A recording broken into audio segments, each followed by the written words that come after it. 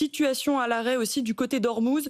Un tout dernier décompte fait état de 20 000 marins toujours coincés dans la région.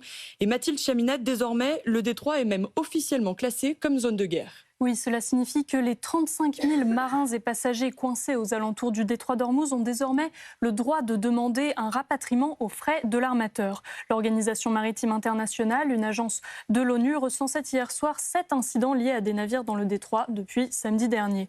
Actuellement, 1000 vaisseaux, dont 500 transportant des hydrocarbures, sont bloqués dans la région, selon les dernières données de Lloyd's Market Association. Et cette semaine, seuls 40 pétroliers ou méthaniers ont effectué la traversée, dont 2 ces dernières 24 heures. En temps normal, c'est plus de 400 par semaine. Donc les tensions sur l'approvisionnement énergétique s'intensifient encore, Mathilde ?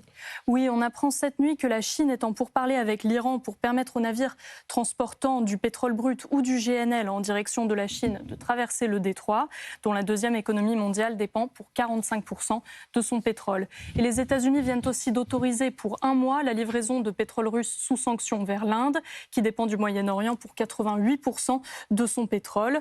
Depuis cette annonce, de nombreux pétroliers ont changé de direction pour mettre le cap sur l'Inde.